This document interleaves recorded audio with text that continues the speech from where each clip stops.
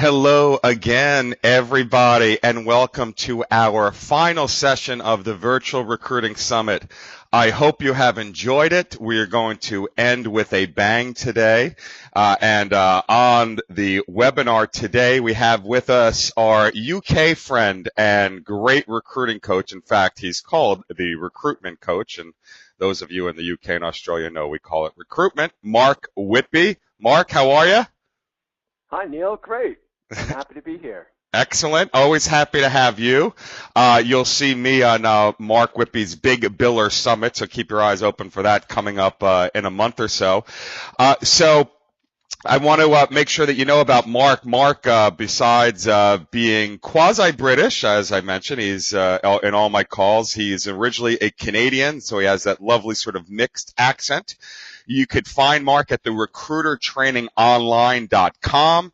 And not only did he found the Big Biller Summit, but for the past more than a decade, probably going on, 13 years now, he's just been a trainer extraordinaire in the UK. And today, Mark is going to share with us his secrets of cold calling with confidence and really being, from a sales motivation, including the fatal mistakes that we all like to talk about that new recruiters make and existing, and just great tips for implementing these. Now, being that this is the last session, I do want to remind everyone, I know you've probably seen the upgrade now buttons and all those highly annoying pop-ups and videos, but really, please consider upgrading. It's an incredible deal. Today is the last time that you get to do it without paying $499, so it's over $300 on sale. And as Mark will tell you, plenty of people end up deciding to buy it for the normal retail price afterwards. So here you get to watch those webinars again over 3 months. So it's a long time where you can watch them with your team, get your audio downloads, all your PDFs and all that fun stuff. Just click on that Upgrade Now tab at the top of your button. Also, please make sure to link in with all of the trainers. That will make their day to see it. And, those of you who have heard just on a couple of sessions, I have a great back office service, only available in North America, really just in the U.S., but it's great for temp processing. You get all my training for free, incredible stuff, and you'll see that at the dynamicsale.com under the back office services. So enough of my commercial there. Without further ado, and I think I need a new line because I keep saying that. Mark, I'm going to turn this over to you to wow our audience and bring home the Virtual Recruiting Summit. Not too much pressure. Thank you, Neil. It's a pleasure. I'm glad to be part of the Virtual Recruiting Summit, and I've always enjoyed working with you in the past. So I want to welcome everyone to the call. In the next 60 minutes, you're going to learn how to cold call with confidence. Specifically, I'm going to give you the proven tools and techniques you can use to motivate yourself instantly and make business development calls consistently. First, some housekeeping. You'll want to grab a pen and paper and get ready to take lots of notes. Do not try and write down everything I say. I'm going to be going way too fast for you to copy the slides down. What I want you to do is concentrate on capturing the key ideas and especially the action points. That's what's most important, is taking action as a result of what you learned today. Okay? Secondly, the session that you're listening to today is part of a series. So you'll see it says Module 1 there. And this is part of an 8-part series that retails for $997. So why am I giving you a whole module of that 8-week course for free? I'm hoping you're going to be so impressed with today's session that you want to find out more about the program. So, but regardless of whether you're with me for 8 weeks or just for today, I suspect today's session will be hugely valuable for you. I've got a ton of content to share with you, so let's jump straight in. Let's face it, recruitment is a sales job. And whether you do permanent or temporary recruiting or contract, whether you are a solo recruiter or you run a desk in a big company, recruitment is a sales job. Okay? Your success depends on your ability to sell and your motivation to win new business and to maintain consistently high levels of sales activity. Now, I'm not saying delivery isn't important. Obviously, you're being paid a fee to recruit talent. You have to be excellent at that also. But show me a recruiter who's excellent on service delivery but poor on business development, and I will show you a starving recruiter. We must constantly be developing new business, and inevitably, that requires us to spend at least a portion of our time making cold calls. By the way, the idea of calling complete strangers on the phone can be pretty daunting, even for seasoned industry veterans. And, in fact, this is the part of the job most recruiters hate, and we do almost anything to avoid. Okay, now the problem is that any hesitance or reluctance to get on the phone and speak to potential clients is a real barrier to your ability to hit your targets and increase your billings. Wouldn't you agree? It's always, always, always better to be proactive rather than relying on existing clients or waiting and hoping the business is going to come to you, because it gives you the control. It puts the control in your hands, enables you to determine your level of success. Now, before we go forward, I've got a quick poll here for you. I like to ask this at the beginning of my live sessions to sort of break the ice and take the pulse of the audience. So I'm going to ask you right now, who here loves cold calling? You really enjoy it. You get a buzz from it. You actually had to wrench yourself away from the phone today to take this training session, and secretly, part of you wishes you were making cold calls right now. Raise your hand if you love cold calling, all right? Now, I wonder how many people raise their hand. When I do this in a live seminar, then what I find is, let's say that there's an audience of 20 people, usually there'll be 1 or 2 people who raise their hand. So let's say 5 to 10% of recruiters. And recruiters are unusual anyway, so that's even a higher percentage than you'd find in the population at large. But so amongst recruiters, I'd say it's between 5 and 10% of recruiters just love business development. They can't wait to do it. All right? Now, probably the best way, since I can't see you, the best way to measure this is I want to give you to give yourself a score, okay, between I want you to give yourself a score between 1 and 10, where 10 is you love cold calling and 1 is you absolutely hate cold calling. You'll do almost anything to avoid it. In fact, just thinking about cold calling right now, your palms start sweating, maybe your mouth goes dry a little bit. And when I ask this question in seminars, about 5 or 10% of people put up their hand and say they hate cold calling. So that means 80% of us are somewhere in between those two extremes. So we don't love it, we don't hate it, we're somewhere in between. So I want you to write down a number in your notepad on a scale of 1 to 10. So 10 is you hate, despise, detest cold calling. 10 is you love cold calling. What score would you give yourself? Write a number down, okay? Now, I'm going to ask you this question again at the end of this session, and my goal is that you've moved at least one number. So in other words, you've increased by at least 10% in terms of your motivation and your eagerness to do cold calling. Okay, so for example, if you wrote down 5, I'm hoping by the end of the session you'll get at least to a 6, if not a 7 or 8. Okay, so and ideally we're aiming for like a 9+. That's what we're aiming for here. So just to be clear on the objectives for this session, my goal is not to teach you the sales techniques or to give you marketing scripts.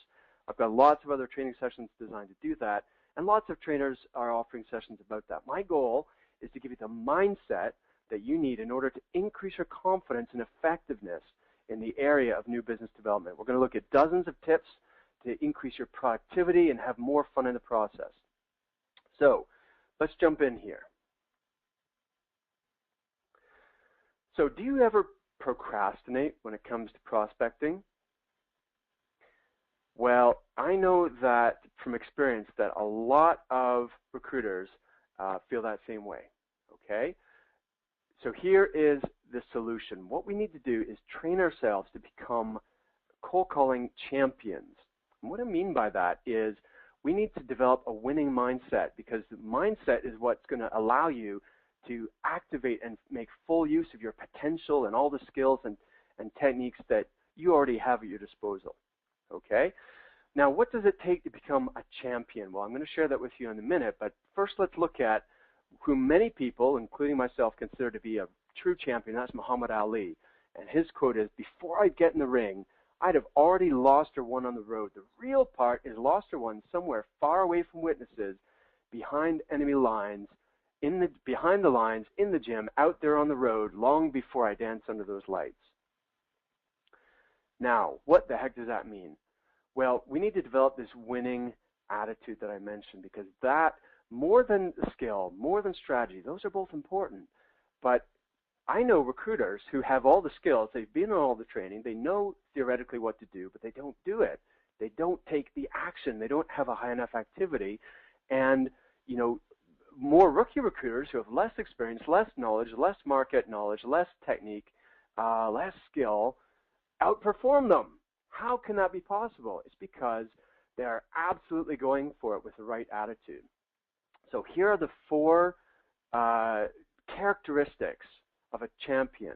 I want you to write these down on your notes right now. Number 1 is desire. And in the words of Napoleon Hill, desire is the starting point of all achievement. It's not a hope. It's not a wish. Hoping and wishing you'll be successful.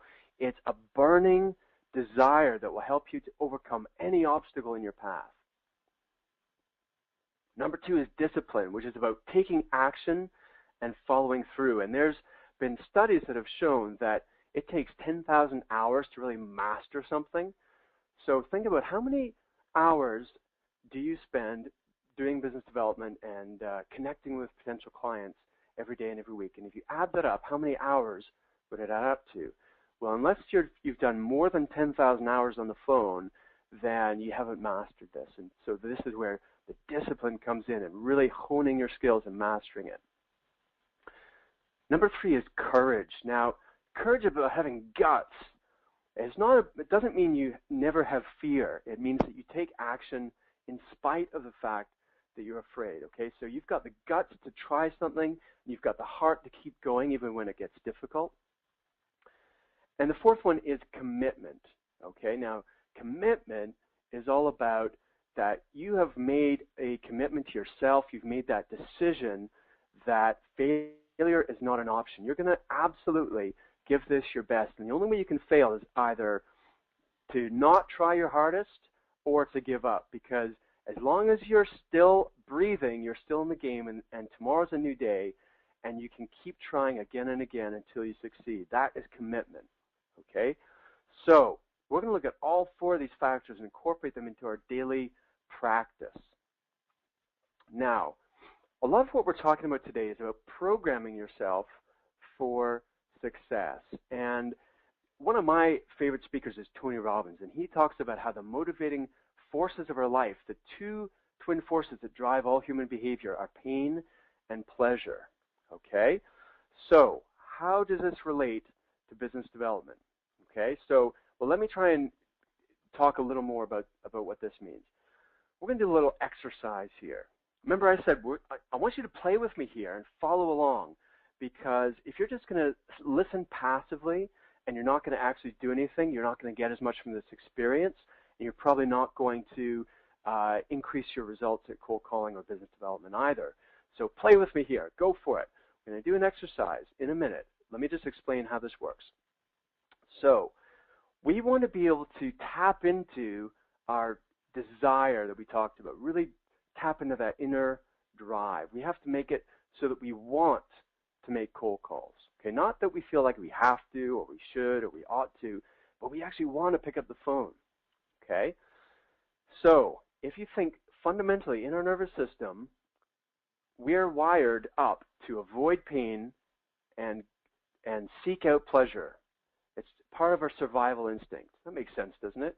So the key to shifting our behavior is for the behavior to change, we need to change what we associate pain and pleasure to. Okay?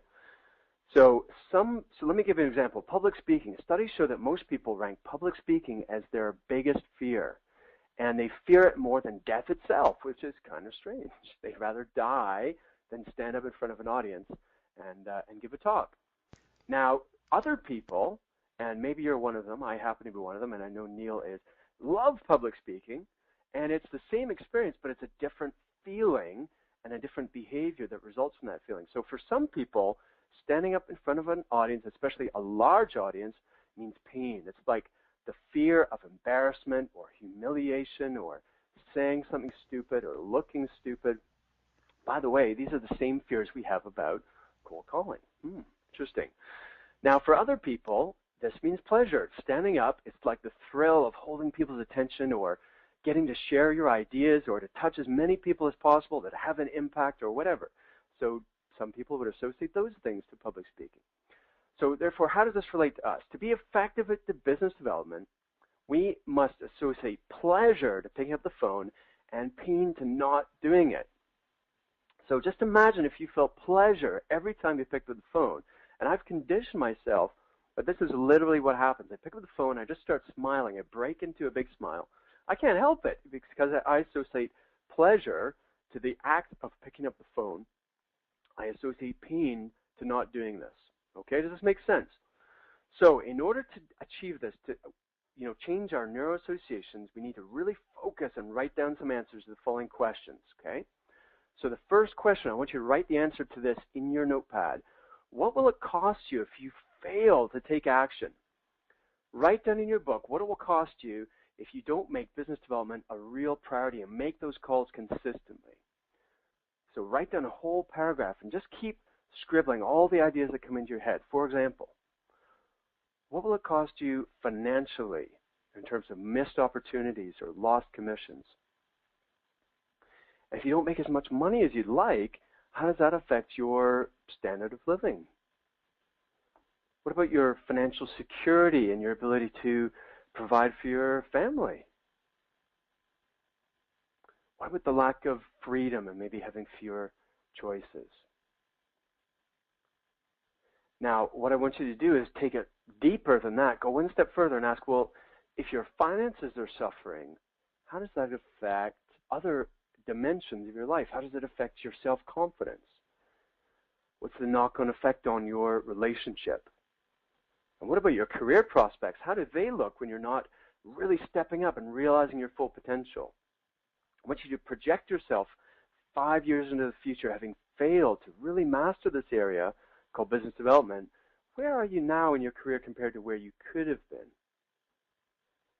And when you look at yourself in the mirror 5 years into the future, having not really mastered this area, continue to procrastinate when it comes to cold calling, who do you see looking back at you and how do you feel about that? Really put it on yourself. Do not hold back. Let the emotion come out. I know this isn't terribly pleasant, but the more strongly you can associate those unpleasant feelings, the more powerful this exercise will become. And if you want to make a shift, then this is what it takes. If you really have gone for it, and you've done this exercise with me to the best of your ability, then right now you're probably experiencing some pain. And pain is not always bad. Pain can sometimes be a good thing because it drives us to new heights of success. Now, I'm talking to you if you didn't do the exercise and just sat there listening and thinking, they'll do this later, or this is really dumb, then, you're procrastinating. If you think, I'll just listen, I'll get the idea. That's not enough. It's not enough to understand this intellectually. That's just like the guy who understands, he's got the marketing script that works, he understands how to overcome objections, but he doesn't make the calls. Okay, so understanding something with your brain is not enough. You need to get the emotion behind it. That's what changes human behavior, and that's what gets us to move, to motivate is emotion. Okay? So you can have all the skill in the world without the right attitude. You'll never achieve your full potential, and you'll never get the results you're truly capable of. So if you are a winner, then you will have the discipline to put yourself through the pain and emerge out the other side and become stronger and better as a result. Okay, so let's do the fun part. Now, first of all, stand up and shake your body out here, because we don't want you to stay in the pain and, get all depressed or anything. This is supposed to be a motivational seminar, for goodness sake. All right, so let's look at the flip side. This is the fun part.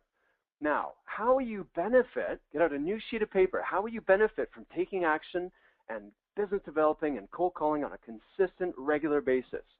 Write down all the ideas you can think of.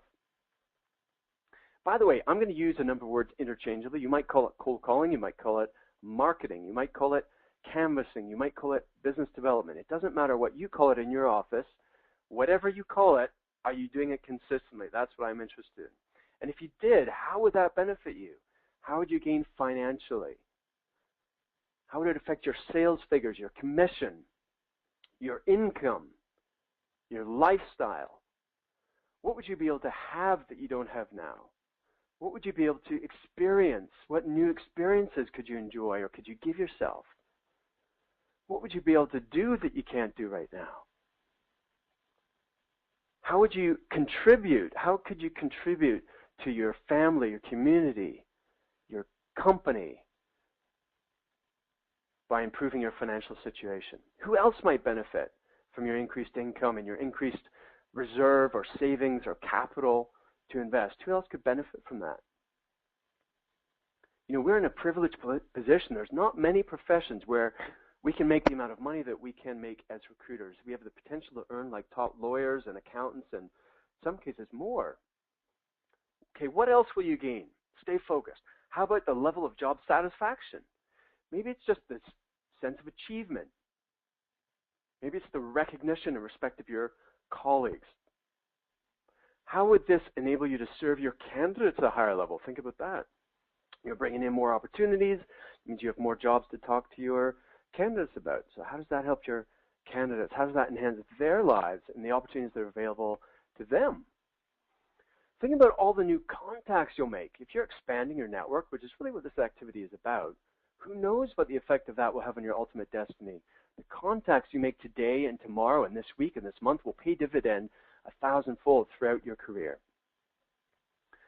How will achieving in this area enable you to contribute to your family or the people you care about? And what other pleasure will you get? Maybe it's just the buzz of winning a new vacancy or the adrenaline rush of influencing another human being or persuading them to give you an opportunity. Or maybe it's the satisfaction of showing up to your next sales meeting and you've got tons of new job orders. Or maybe it's the satisfaction of making a call and really connecting with someone on a human level and having that person ultimately become one of your best clients. And you take them from being a complete stranger to being an occasional client to being a key account. Think of how fulfilling that would be. Maybe it's the thrill of having contact with so many people every day. It's a neat way of looking at it, don't you think? So you got into this game because you were a people person, right? So, you know, where else can you earn a good income by talking on the phone with people all day? So, what else will you gain? Project yourself 5 years into the future. By virtue of having mastered this area, what other opportunities, what other doors have opened to you? What else have you been able to accomplish? Maybe things that seem difficult now because, you know, but you mastered this, the knock-on effect is that you've been able to expand your skills and your confidence in other areas. What people or opportunities have you attracted into your life? Maybe, remember, you're picturing 5 years into the future. What has been the impact on your self-confidence and your belief in yourself? And how has that increased confidence cascaded and affected all the other areas of your life and the quality of your relationships? Okay, good job. Give yourself a pat on the back. If you've done this properly, then you started stoking those flames of your desire, just like Muhammad Ali did on the road, in the gym, long before he danced under the lights. Now, by the way, you can always do this exercise again. You don't just do it once, like going to the gym one time and think that you're done. If you ever find your desire diminishes or your motivation wanes, you come back to this exercise in the future and you can do it again and try and put even more emotional intensity into it. Okay? Great. Now, there are really only 3 ways that you're going to be able to increase your results. Okay? So, number 1 is to make more calls. That's pretty obvious, isn't it? That's what all sales managers and all owners want people to make more calls. So, number 2 is you could get better results from every call you make. So you improve the quality, you can improve your conversion ratio. Okay? Now I'm going to suggest you want to do both. You often hear salespeople referring to, this is a numbers game, and especially managers say this is, recruiting is a numbers game. And I'm sure you've heard that expression. If you make enough calls, the results will take care of themselves. And that is true to an extent. But personally, I believe it's a quality game. If you focus not just on the numbers, but also on the quality and the effectiveness, then you'll have the best of all possible worlds. Okay? So let's talk about the biggest business development mistakes that most recruiters make and how to avoid them. Mistake number 1 is not making business development a priority. We need to schedule time for business development, ideally every day or at least 3 days a week, and stick to your schedule, even if you feel too busy, quote unquote, too busy. Consistency is the key to success. Remember, if you just get 10 new contacts a day, 10 conversations with decision makers per day, that's 2,400 per year. Project that over a decade, 24,000 new contacts. If you just reach out and speak to 10 new people a day, that's 24,000 contacts. Think about that. So we're going to look at how to make business development calls a priority. We did talk, the thing this relates most to is where discipline comes in. Remember that attitude of discipline? So this is where we need to make it an absolute priority. Okay, mistake number 2 is not putting yourself in a positive mindset. As we already said, your success in business development is at least 50% psychology. Some people think it's more like 80%. So what state of mind must you be in to be effective at cold calling, to get the most out of yourself and to get the very best results out of this process? But when asked this question at seminars, people usually use words like confident, enthusiastic, motivated, resourceful, cheerful, energetic, determined, persistent. Okay? It's not good enough just to make these calls when you feel like it, because chances are you're not very often going to feel like it. Okay? You must be able to access these positive emotions on cue. Now, one of the ways of doing this is with your physiology. Okay, so right now I want you to sit how you'd be sitting if you felt energized and unstoppable. There you go. Now, most people probably just sat up a little straighter in their chair. Maybe some people stood up onto their feet. In fact, let's try this exercise. Right now, I want you to stand up with me right now. I'm going to join you. Stand up. Breathe how you'd be breathing if you felt relaxed and confident. Good. Now put a smile on your face. All right. And maybe put your shoulders back and imagine that you're wearing a cape like Superman or whoever your favorite superhero is. All right. There you go. Does that feel better? I know this sounds really weird and kind of dumb, but play along with me. The worst case scenario is you'll make all the people who see you doing this laugh, and then they'll feel good, and then you'll feel good. Okay, that's the worst case scenario. Best case scenario is you change your state and get better results from your calls. All right. Now, mistake number 3 is calling the wrong prospects. So rather than making random calls, I want you to be more strategic about who you call. I was recently coaching a team of recruiters, and they're intelligent, they were capable, and they really understood their industry, and they were recruiting in the scientific sector, and actually they both had science degrees. So you think, wow, these guys really are going to be, ideal for, they're going to be able to communicate with their clients and candidates on a peer-to-peer level. So this is great. So in addition, they both had great personalities. They were warm, they were enthusiastic, and yet they were really struggling to generate new business. So I sat down beside them at their desk and asked them to show me their canvassing list, and they pulled out directories of biotech companies. And what they were doing is they were just going through A to Z through the directory. Now, don't get me wrong, trade journals, directories, that's okay. That can be a good resource. But please, please, please hear me. Do not go from A through to Z or Z. It just doesn't make any sense. You need to prioritize your prospect list and call the companies first who are most likely to give you business. So think about this. What is the profile of your ideal client? Identify companies who best fit that profile, the types of companies you've placed with in the past, for example. Think about it. The best prospects are likely to have certain characteristics. For example, companies who you know might be recruiting right now. And you know they're recruiting because you've seen them advertising on the web, or you've heard through the grapevine they're interviewing. And what about companies you suspect might be recruiting, or there's a good chance they're recruiting because they've hired a lot of the sort of people that you recruit in the past?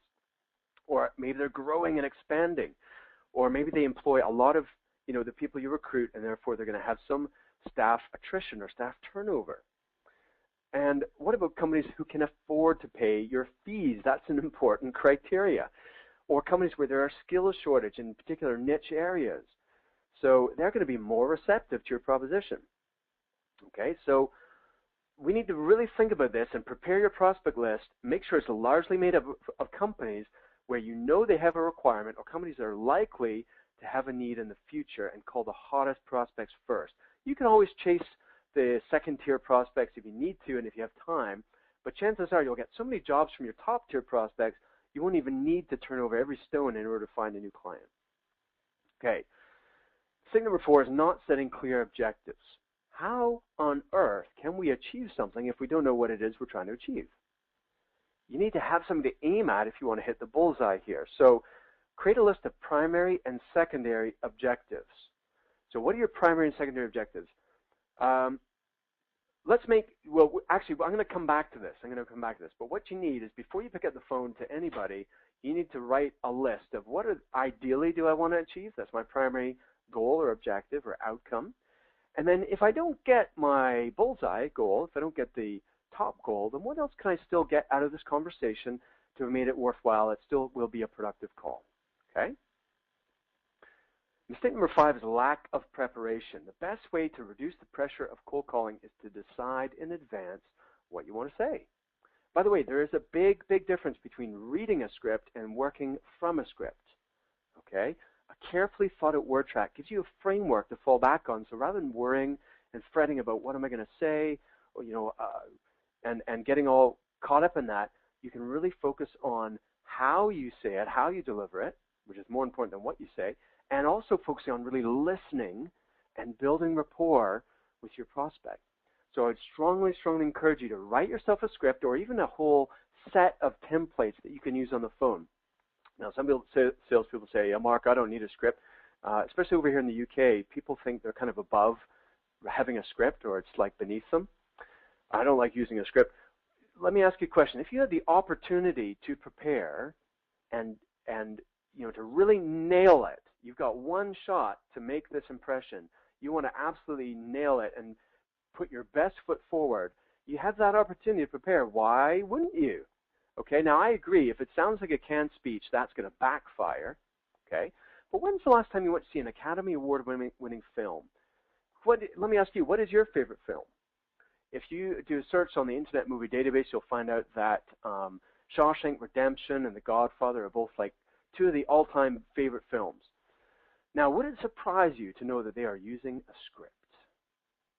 No, of course it wouldn't. They're using a script, and they're maybe ad-libbing off the script, but they are working from a script, and that is what enables them to deliver that Oscar-winning performance. They're not worrying about, what words am I going to say? They're focused on delivering it up with authenticity and really, captivating their audience. Okay, and that's what you need to do too. Mistake number 6 is not speaking to the real decision maker.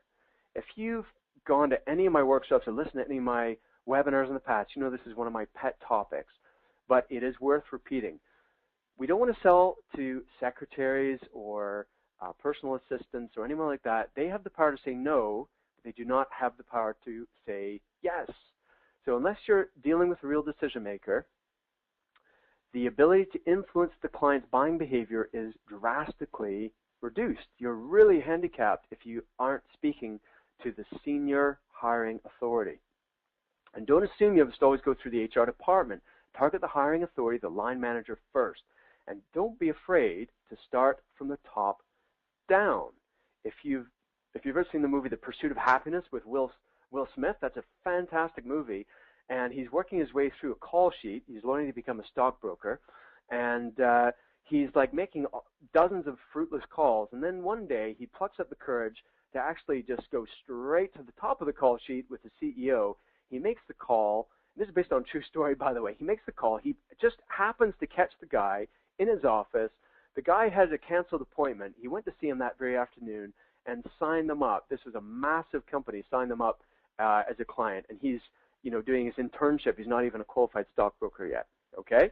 So sometimes, just have the courage to start at the top. What's the worst that can happen? If you call the CEO and she tells you, to go jump in a lake, then fine, but probably she'll tell you need to speak to the president. Now you call the president, and he tells you need to speak to the finance director. And when you speak to the finance director, they tell you need to speak to the finance manager. That's fine. That's fine. Because when you call that finance manager and you say, the finance director suggests I call you, you're positioning yourself a lot differently than the other way around. Make sense? Okay. Mistake number 7 is not setting yourself activity targets. In order to stay focused, it's critical to set yourself targets. So targets for the number of call attempts, the number of connected calls you're going to make, or decision maker conversations, you might call them, the number of new vacancies or job orders or search assignments or temp bookings, whatever you call those, the number of client meetings, client visits. Okay, whatever terminology you use, you need to know what those key activities are and set goals for them on a weekly basis. You want to set goals weekly and track daily. Okay. Now, these key performance indicators, or KPIs, will help you to stay on track. They give you a benchmark against which to measure your success, and they help you to identify areas for improvement. So I want you to record your activity daily and review your progress weekly. Mistake number 8 is having a weak opening statement. We touched on this a little bit in terms of preparation. Your opening statement has to capture the prospect's attention in the first 20 or 30 seconds. Much like Morgan Freeman did in Shawshank, right? It was a hard day at Shawshank, right? I mean, right. Thank you, Neil. I've forgotten that line. That's right. It's been in my head since you mentioned it, so sorry for interrupting. All right. No problem, Neil. So you need an opening that's going to hook people and grab their interest and pull them into the conversation, make them want to hear more, make them want to talk to you. Okay? So the sole purpose, so you're not trying to sell your service in the opening. That's a mistake I see a lot of recruiters making, is they try and give a whole sales pitch, whole presentation in the opening, paragraph, if you like. You've got like 30 seconds, 60 seconds maximum. And the sole purpose of your opening is to grab their attention and move them quickly to the questioning phase of the call where you're asking open questions. And that's, obviously you're going to give them your name, your company, but you also need to give them the key benefit or the result that you provide, or give them a compelling, self-serving reason for why they should spend a little bit of time on the phone with you here. Okay? Mistake number 9 is asking too many closed questions. Now, I know you know this, and all recruiters say that they do it, but they don't. Okay? I was recently doing a sales coaching day, or I was working with this company. I was doing desk coaching. I plugged into their calls so I could hear what they were doing. And I was sitting with a recruiter, and she was not performing to the best of her ability. She was doing pretty well, and she was experienced, and she probably had 5 or 6 years experience. And this is not unique to her. I'm giving this example because this happens a lot. Is, we started the conversation, or, she would do a good call opening, but then, what I did to illustrate the point, because I heard her do this once or twice, and then I got out my notepad, and I made a line down the middle of a blank page. On the left-hand column, I wrote open. On the right-hand column, I wrote closed. And you can do this in your office with your colleagues. It's quite eye-opening, especially for people who say that they know about closed and open questions. So as I was listening to her make these calls, I just made down little scratches on the notepad. How many times I heard an open question, how many times I heard a closed question. And I didn't want to rely on her telling me, if I just told her you need to make open questions, she knows that already, okay? So as I sat there and I did it, in the course of about 3 conversations, she had about 20 closed questions and about 3 open. No wonder she wasn't getting the results she wanted. So try it in your office. I think you'll be shocked at what you discover. Because remember we said, knowing something intellectually is not the same as doing it. Okay, you need to practice, practice, practice. You want to focus on questions that begin with the words what and how. So, here's another action item for your list. Write down a list of at least a dozen open questions you can ask your prospects. Okay? Neil? Yeah, I was going to say, one of what's funny is I learned how to do this by a great boss back in 1988, so dating myself there. And to this day, when I'm training, giving a webinar, anything, when I even just like give an example of a role play, and I ever use a close-ended question, my body instantly knows and tells me, and I correct myself on that was a close-ended question. It's that programmed into me just by what, as you said, was maybe a week worth of working hard to really get myself good at it and having people call me on it, etc. Absolutely, that's right. Thanks, Neil. So you need to practice that. You need to catch yourself and catch your colleagues, catch your team members doing it, and get them to correct, and just be on top of that so that it becomes a habit. Okay? Great. So mistake number 9 is giving up too easily. The biggest cause of failure in salespeople is giving up too soon. And there have been studies that show that 48% of salespeople quit after the first contact, 20% quit after the second attempt. Another 7% quit after the third contact. 5% more quit after the fourth contact. 4% quit after the fifth contact. And yet 80% of customers say yes after the sixth or more contact event. Now, in other words, most customers will not do business with you until you've touched the prospect 6 times. It could be a call, it could be a letter, it could be an email, it could be an invitation to an event, it could be a connection request on LinkedIn. But until you've touched that prospect 6 times, they don't know you, you don't have a relationship, or at least they don't know you well enough to give you their business. Think about that. How much business are you leaving on the table because maybe you try once or twice, you don't get the response you were hoping for, and you give up and move on? Many clients will not buy from you on the first call. That's okay. At least they're aware of you now, and you've started to build a relationship. However, they will quickly forget you. So unless you follow up, your call actually has been a waste of effort. So you have already done the hard work of cold calling. The next time it will be, it's not a cold call, it's a warm call. You already know them and they already know you if you follow up in a reasonable, time frame. So keep them in your sights. Stay in touch by phone, letter, email. Persistence is one of the traits that all successful salespeople share. Okay. Now, let's go into 14 ways to get dialing. And, I'm trying to cram a huge amount of content into a short space of time. This is originally a 90-minute session, and so I know I'm going through this real fast, but I just don't want to shortchange you. I want to give you everything I've got, all right, on this subject.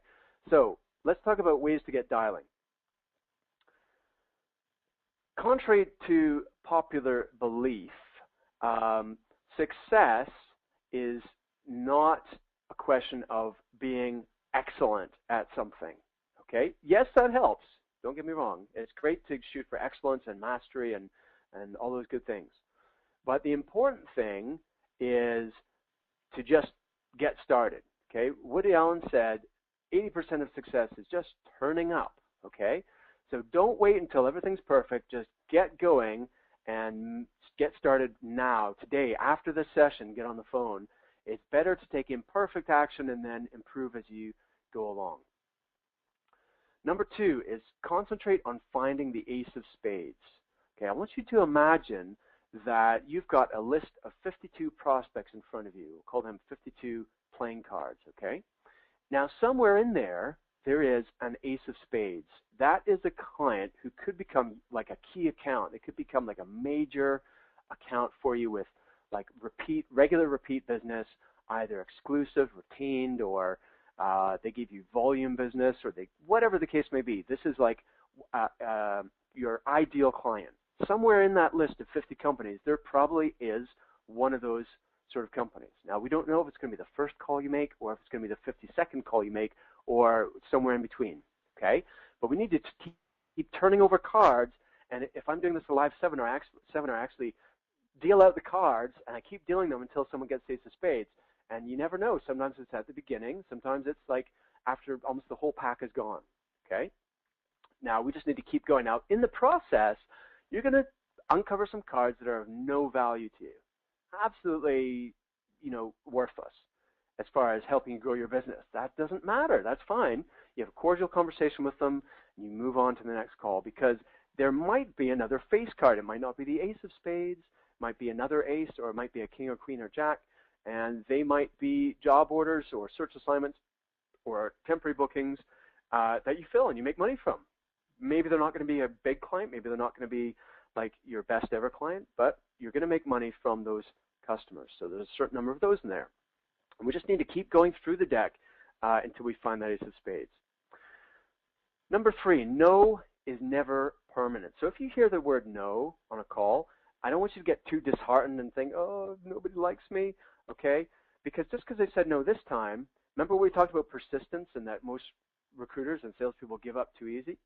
So just because they said no on this occasion doesn't mean that you should never contact them again. I'm sure we could all tell case studies or war stories of clients who initially didn't, give you the time of day, but you won them over, you made placements, and so on. Okay, so just remember that that is the possibility. Okay, number 4 is I like to ask myself this question: what's the worst that can happen? Have you ever seen that Dr. Pepper commercial? If you haven't seen it, and maybe I'm dating myself here because it's an old one, but if you go to YouTube and you look for Dr. Pepper, what's the worst that can happen? There's hilarious commercials about, like, someone trying Dr. Pepper and then the worst imaginable scenario unfolding, which is humiliating, embarrassing, and so on. But realistically, what's the worst that can happen? These business development calls, this is not a life or death scenario here. This is nothing, if someone is rude to you, can you cope with that? And the reality is, most people will be very polite and professional. Even if they're not interested in your service or interested in your candidate, they will still be polite, okay? Most of the time. Sometimes you get someone who's rude. That could happen. Let's be realistic. Can you cope with that? Of course you can. You put the phone down, you move on to the next call. Nothing has changed in your life. Your family still love you and care about you. Your boss is not going to fire you because you had a rude person on the phone. You're not going to go out of business. All right, nothing really has changed. You get on with the rest of your life, and it's a blip on the radar that's over and gone and then forgotten about. So what's the worst that can happen? And if you can cope with the worst, what if someone hangs up on you? Could you cope with that? Of course you could. Same deal. Someone hangs up on you, you think, wow, they must be having a really bad day, or, geez, they seem really stressed. I wonder why they're so stressed. Maybe they're underperforming in their job. Maybe their boss is giving them a hard time, and you just happen to call them at the wrong time. Who knows? Regardless, it has nothing to do with you. It is not anything you should worry about. Number 5, you can't lose what you don't already have. You don't have the business of this particular prospect before you make the call. So if you call them and they don't give you any business, have you lost anything? Absolutely not. You're no worse off than you were before. And so, you're no worse off for having tried. So just go for it and try, and who knows, you might just get the business. Number 6 is I want you to make it impossible to fail. And what do I mean by that? Well, who decides if something has been a success or a failure? Who makes that decision? You do, of course. There's no objective reality as far as whether a call has been a success or not. So you need to just change your rules and make it so that it's much easier to succeed. So remember earlier I told you about primary and secondary objectives. So let me just double click on that for a minute because it relates to this point. If you write out a list of primary objectives, so maybe it's like to get a temp booking, to get a search assignment, to arrange a client meeting, whatever. Okay, so those are your primary objectives. Then I want you to make a list of secondary objectives. Make that list really, really long. Make a good long list of as many things as you can think of. Maybe it's just to find out a new piece of data about that company or about that recruiting, their recruiting process, or to get referred to somebody else, or to get their agreement to keep in touch on a particular timetable, okay? Or whatever it is, there's about 20 different things that you could get out of that phone call. Maybe it's that you're going to recruit them, okay? Maybe you flip it into a recruiting call, or maybe you get a referral from them to either a client or a candidate. Maybe you find out the name of somebody else in their company or outside their company who could be a client for you. Who knows? There's lots of things you could get out of this conversation. Maybe, and I want you to always add to that list, to learn something, okay? And because that makes it almost impossible if you get off the call, even if you really screwed it up and you made it was just horrible. It was like your worst ever call. And I still screw up on a regular basis because we're human and everyone makes mistakes. So if you make mistakes and you screw up, you think, well, what can I learn from that? If I learn something, then it's been a successful call. I know that sounds weird. You might think that's really stupid, but whatever it takes to keep motivating. The thing is, if you feel like a failure, then you're not going to want to continue doing that activity, are you? You want to, the law of positive reinforcement says that whatever makes you feel good, you're going to do more of, and if you feel bad about something, you're going to do less of it. So you want to make sure you can always feel good when you're making these calls. Make sense? Okay. Here's one I like. Brian Tracy's another great personal development speaker. What would you dare to dream if you knew that you could not fail? If you knew you couldn't fail, what would you be willing to go for? Well, as we just said, if you set up the rules in of the game such that it's impossible to fail, then just imagine what possibilities that opens up for you and how much more willing you would be to go for it if really, when it comes down to it, you can only succeed. There is no way you can fail. Pretty cool, huh? Equally, you can choose to make every call a success. So you might decide to tell yourself, look, if I go for it here, and if I make my, target number of calls, and, I'm going to make every call a success, because as long as I can take something positive or learn something or gain something from that conversation, whether it's a referral, it's another piece of information about that company, about their organizational structure, about their hiring process, about their upcoming recruiting drive, about the types of talent they find most difficult to find, whatever new piece of information I can glean, that will help me, then that's been a success.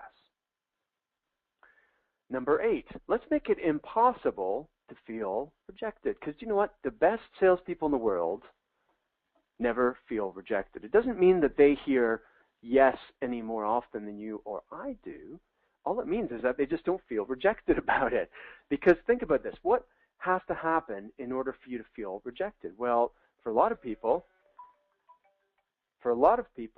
to feel rejected, they just need to have someone who disagrees with them, or who doesn't agree to their point of view, or rejects their idea, or is in any way negative about something they've suggested. Okay, so if you've got a criteria like that, you're going to feel rejected all the time.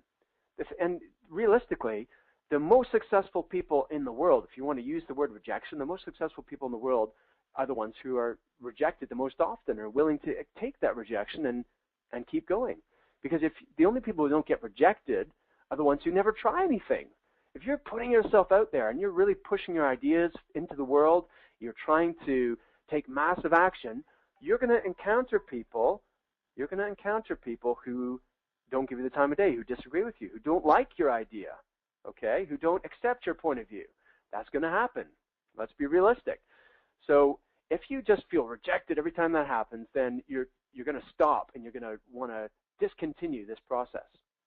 So instead, what about redefining rejection in a way that makes it so that it's a really difficult emotion for you to experience, and you shrug it off to something else? I sat with one recruiter once, and he was a superstar of business development, and his point of view was, he'd have a bad call or someone would be rude to him, and he'd say, wow, they must be having a really bad day. He didn't ever interpret that it was about him. He made it about them. Or he'd say, oh, I feel so sorry for him. He's so rude. He must not have any friends. He must be a really unhappy, lonely person, right? And so he'd make up these stories in his head that helped him to avoid feeling rejected. And this comes on to point number 9, which is not to take it personally. This isn't personal. The person on the phone does not know you personally. So don't take it personally. It's not even, and you might say it's just business. It's not even just business. All it is you've had a 30 or 60 or 90-second conversation with someone who doesn't know you, and they didn't respond in a positive way, and it's not necessarily about you even. You might have had a great opening. You might have a great candidate to tell them about, or you might have been really warm and friendly and professional and asked great questions, but they just didn't respond. No problem. It's not about you. It's about them. Number 10, always end the call on a positive note, because that is something that is in your control. You can't control how other people respond to you. You can't control how people behave, what decisions they make. You can't control any of that. All you can control is you, your own decisions, behaviors, actions, attitudes. So at the end of the call, whether it's been a great call, whether it's been an average call, or whether it's been a horrible call, is always smile and say, thank you very much for your time. Have a great day. And it is so empowering. It gives you control back, because let's say the person's been rude to you, and then you say, okay, well, look, I'll let you go. Have a great day. And you put the phone down, and you feel strong. You feel empowered because you've not let them affect your emotional state. and you have gained the upper hand. Even though they were rude, you are in control, and you've kept the upper hand. You've stayed professional. Excuse me. Let's grab a glass of water. It was a dry day at Shawshank. I'm fighting a cold, Neil, here, so hopefully my voice will last till the end of the conversation here. If not, I might go and need to replenish my water. But let's press on. So, are we still good, Neil? Have we got a few more minutes left? Yeah, definitely. Keep going. All right. So, the Fonz, Henry Winkler. Again, this is going to date me. I know that I'm an old timer because I used to watch this show when I was growing up. I don't even know if it's still on now, but hopefully everyone at least knows who the Fonz is. You know, the guy from Happy Days with the leather jacket. What was his trademark expression? Well, if you're like old like me and Neil, then you probably know that he used to put his thumbs up and go, "Hey," like that, because he was so cool and nothing could get to him, and he like anything that came at him, he was always cool, pretty much. So, what the heck does this have to do with recruiting and with business development? Well, what I want you to do is, if you have a bad call, someone is offhand to you, rude, someone hangs up on you, or you just screw it up. Maybe they were perfectly pleasant, but you made a lot of mistakes and you feel you're beating yourself up about your performance. What I want you to do is stand up, give yourself a thumbs up, and say, "Hey." And I know this sounds really crazy, okay? I did this recently. I did a sales mayhem day with a client where I actually went into the office and we had a competition, all-day sales competition to see, and people got points and prizes and stuff like that, and I plugged into their calls and did desk coaching with them. And this is one of the things I taught them to do at the beginning. And it was really funny because you can tell, can't you? You look around an office, you can tell who's having a bad call. You can tell by their tonality when they're on the phone. You can tell by their body language. You can just tell if someone's getting beat up, right? So we were looking at this guy. Everyone had kind of noticed, even though they were talking, they'd noticed that he couldn't get a word in edgewise, and the client was giving him a real hard time. And so he put the phone down. He stood up and he went, "Hey," and everyone cracked up because it was such a silly, silly thing to do. And what happens? First of all, everyone thought it was funny, which is worthwhile just in itself. Secondly, is think of the impact on his own mental state. What you don't want to do is you have a bad call, you feel like crap, and you carry that negative feeling into the next call and into the subsequent calls. What's going to happen to your performance? What's going to happen to your results? They're going to be in the toilet, okay? So we need to snap out of that quickly and be able to shrug it off and then make the next call with a positive attitude again. And this is just a neat way of accomplishing that, okay? Finally, I want you to remember that your best clients were once total strangers. Think of like one or two of your top clients that you do the most business with currently. And think back, can you remember when you very first spoke to them, when you didn't know each other? You had to kind of win them over, you had to prove yourself, you had to really build the relationship, and think of what that was like. And now remember that the people who you're phoning today could be your best clients of the future, and just think of all the positive emotions you associate to those key clients, how well you get on with them, how although your business relationship, you really click with them, you connect with them, they think you're fantastic, all those things. Well, there's more of those out there. We just need to go and find them. Okay, finally, I want you to visualize good stuff happening. So before you pick up the phone, instead of thinking assuming that someone's going to be unreceptive or resistant to you, let's assume the opposite. Let's imagine that they're going to be happy that you called. They're going to take your call. They're going to, you're going to maybe hear the warmth in their voice. You're going to be able to feel some kind of human, intimate connection. That's a great thing about the phone instead of email, is it's intimate. You have a dialogue. This is like where the magic happens, right? So I want you to imagine that maybe they're nodding up and down, maybe they're leaning forward in their chair, maybe they're smiling. You can hear the warmth in their voice. So you want to visualize those types of things. I don't mean like you close your eyes for 10 minutes before each call. No, this is like 2 seconds. You just get an image in your head. As you're picking up the phone and dialing the number, you're getting an image of success, what that looks like, what that feels like, what that sounds like, and assume that that's going to happen. Now, does that guarantee, making good pictures in your head, does that guarantee it's going to happen? Of course not. But if you make bad pictures in your head, if you imagine the worst, if you imagine someone being rude to you and so on, then what's going to happen? You're going to create a vicious cycle. It's going to be it's going to be a self-fulfilling prophecy here, because you're not going to be your best. If you're expecting the worst, you're not going to really go for it. You're not going to be playful. You're not going to ask that, last question, try and squeeze out a little bit more juice out of that call, are you? You're going to give up too easily. You're not going to get results, and then you're going to say, see, I told you that wouldn't work. All right? So we want a positive upward spiral of success. So let's take control of the conversation in your head by asking yourself empowering questions.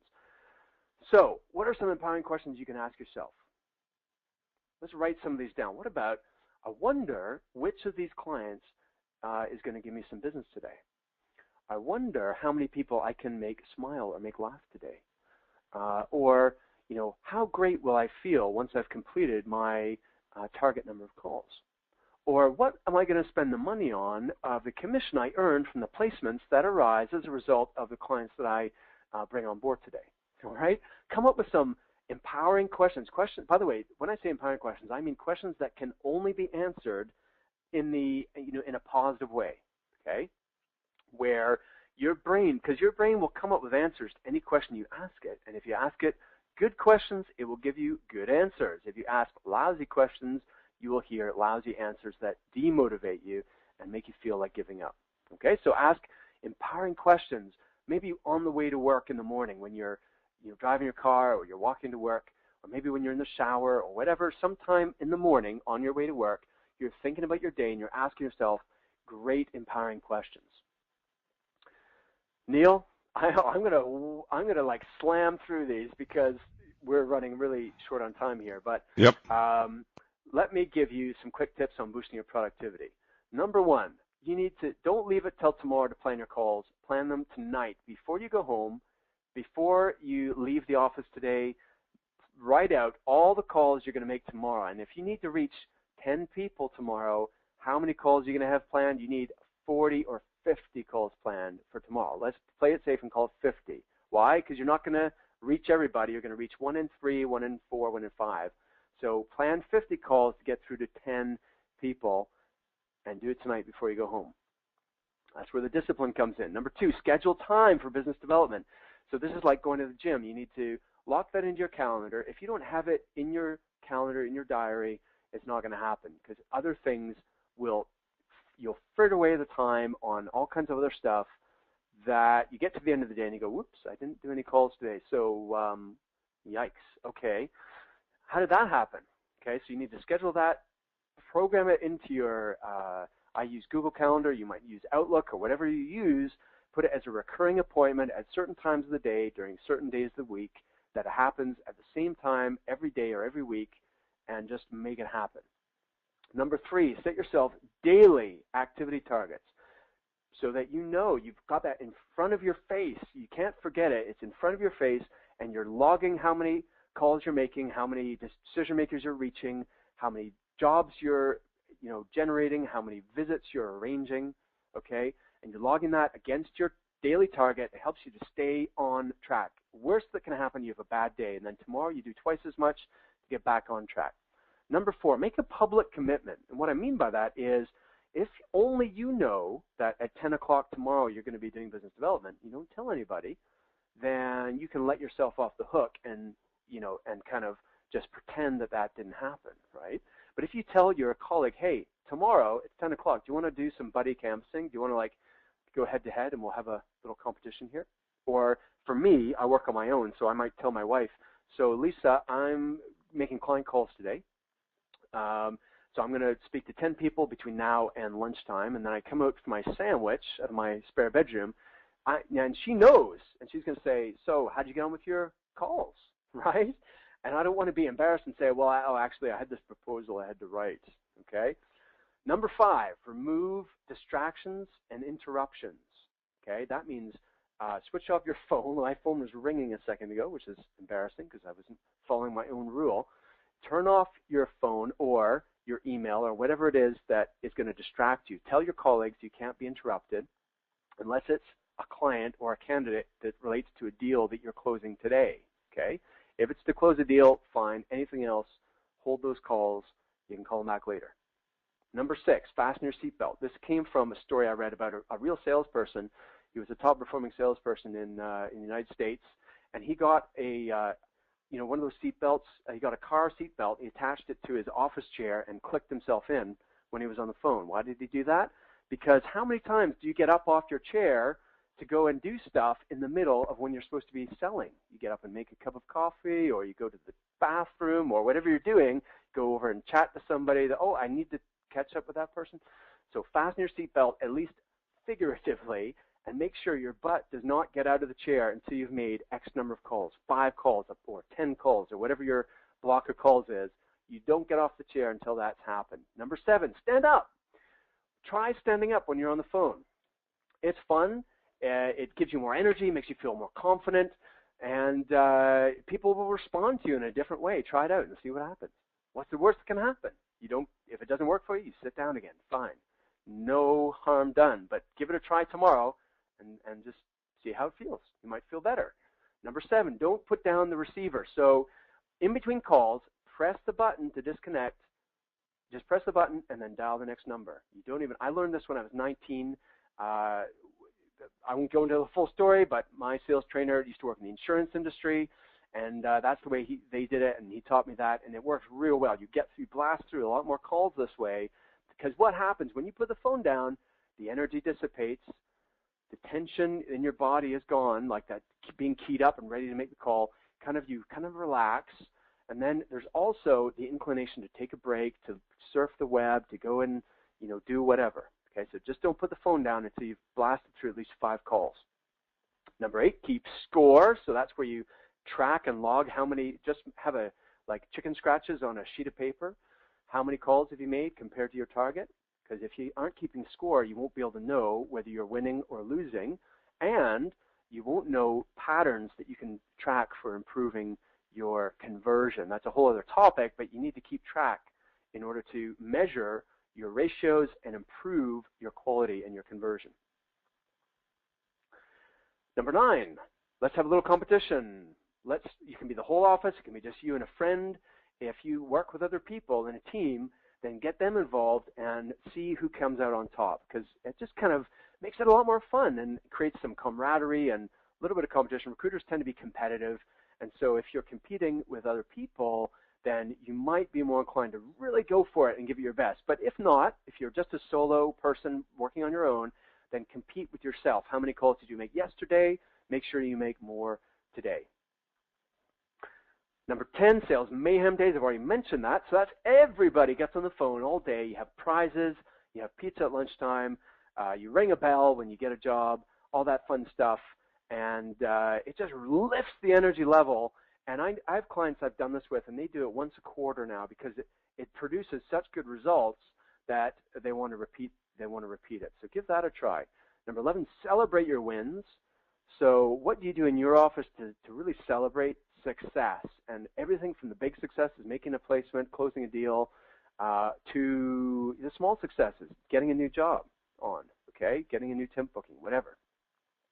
Number 12 is no excuses.